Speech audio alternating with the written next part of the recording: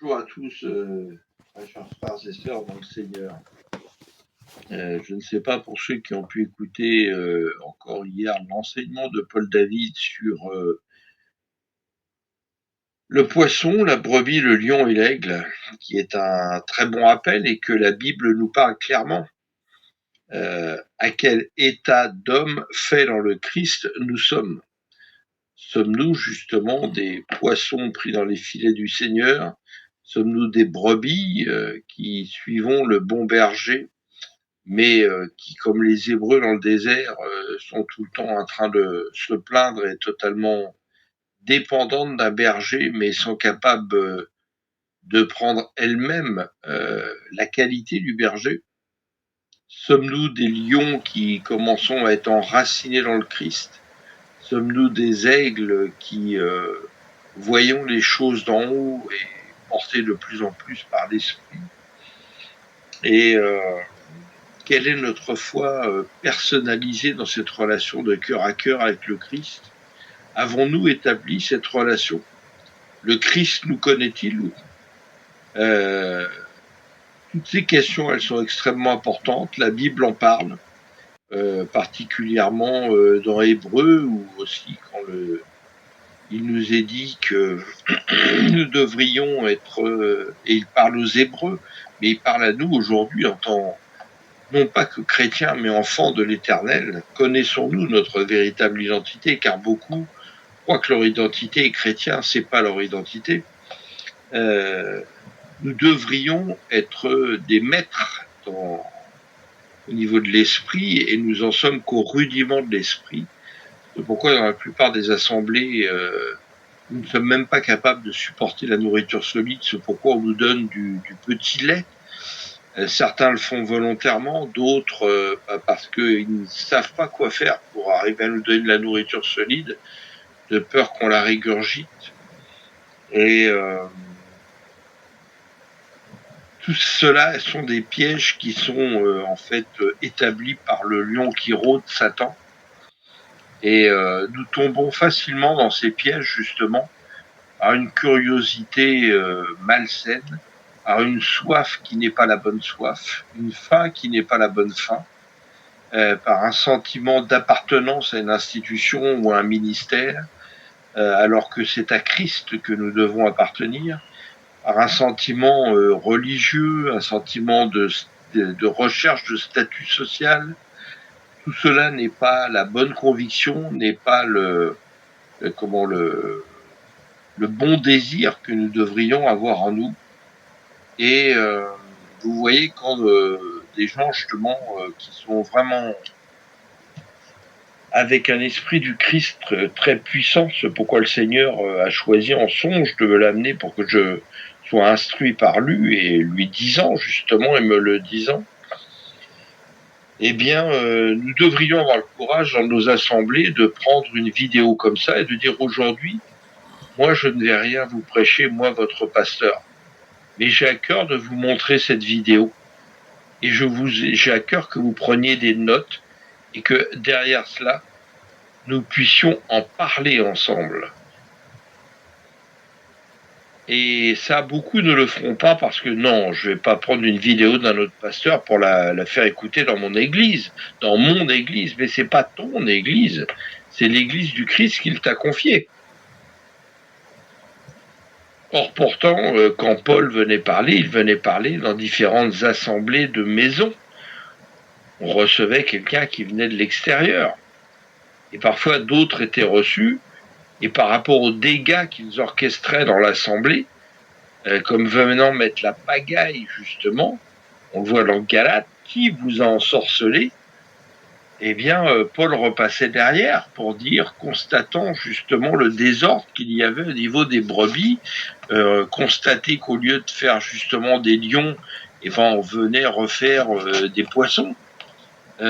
Toutes ces choses sont importantes. Il dit dans ces deux vidéos, là, sur la foi et sur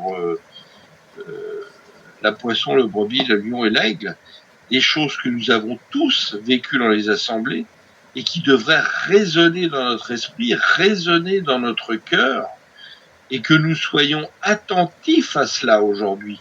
pour ne pas retomber dans ces pièges, pour pouvoir chercher cette faim, cette soif de la connaissance, de la sagesse du Christ qui nous emmène à un niveau beaucoup plus élevé. Et avoir le courage de reconnaître que si l'assemblée où nous nous réunissons n'est pas dans cette dimension, soit que nous puissions l'amener dans cette dimension en demandant l'aide du Seigneur. Et si vraiment nous combattons là-dedans et que cela ne veut pas venir et que nous ne sommes pas reçus, le Seigneur nous l'a dit clairement. Vous êtes envoyés pour témoigner de Christ. Vous êtes là pour être serviteurs du Christ. Qu'est-ce qu'il dit dans sa parole ?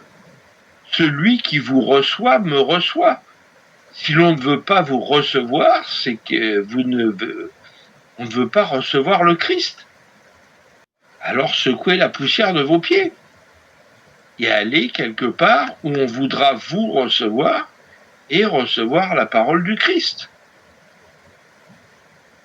Si nous ne comprenons pas cela aujourd'hui, en 2026, sachant que le phénomène n'est pas nouveau, il a commencé depuis la Pentecôte contemporaine du Christ ressuscité.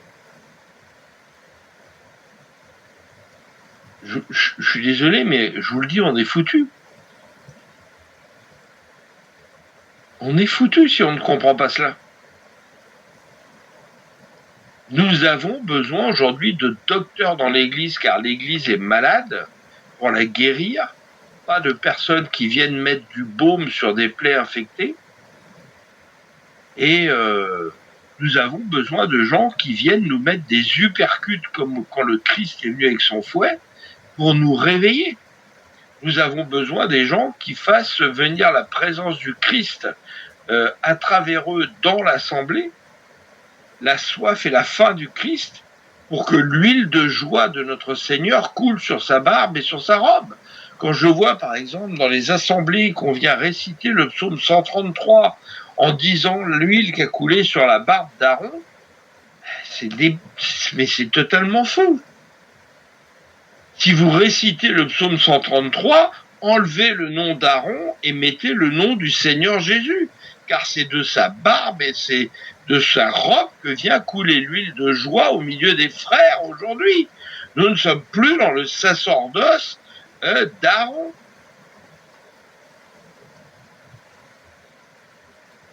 Comment peut-on arriver aujourd'hui dans des assemblées diverses à rester dans des choses pareilles ? Oh Père Tout-Puissant, toi le Seigneur des esprits, toi l'Ancien des âges, je te prie aujourd'hui, toi qui nous as donné le privilège par notre foi dans le Christ de devenir enfant de l'Éternel, de prendre conscience de cette identité, non pas chrétien, mais enfant de l'Éternel. Frère du premier frère d'entre plusieurs frères qui nous a dit justement, allez dire à mes frères, vous êtes tous frères. Père, Père, au nom de Jésus, je t'en supplie, envoie un vent rafraîchissant. Viens combattre, ô Seigneur, avec ton archange Michael et toutes tes myriades, tous ces esprits de séduction, ces esprits de religion, ces esprits de désordre qui sont dans les assemblées aujourd'hui et qui viennent comme des séducteurs pour nous emmener, nous ramener dans une loi, alors que toi, le Fils, tu nous as affranchis dans la vérité. Ô Saint-Esprit merveilleux, déploie-toi dans nos cœurs, que nos cœurs s'élargissent et que vraiment, nous puissions grandir dans cette relation d'échange avec notre Seigneur de gloire, qui est le Christ de toute éternité, le mystère caché dans tous les âges qui nous a été révélé par le Saint-Esprit. Rappelons-nous les paroles du Seigneur. J'ai encore beaucoup de choses à vous dire, mais pour l'instant, vous ne pouvez pas encore les porter depuis qu'il a soufflé son Saint-Esprit. C'est lui qui nous aidera à les porter. Mais si nous n'avons pas soif ou faim, que nous sommes des bébés qui régurgitent le lait maternel, la nourriture solide, comment pourrons-nous nous développer? Comment pourrons-nous croître dans le corps édifié du Christ? Alléluia. Puissions-nous méditer, réfléchir à ça, cesser notre orgueil de ministère pour ne pas être capable de faire venir quelqu'un et de l'écouter, pour pas avoir l'orgueil de parfois dire tiens, cette vidéo aujourd'hui je n'ai rien à dire. Écoutez cette vidéo et après nous allons débattre ensemble. Quand nous sommes capables de comprendre qu'à travers un prédicateur qui a parlé, le Christ est venu nous parler.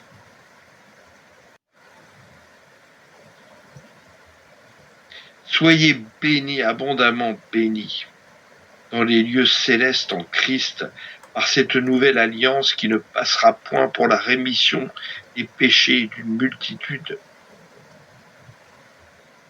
Ô Seigneur, viens nous en aide par ton esprit.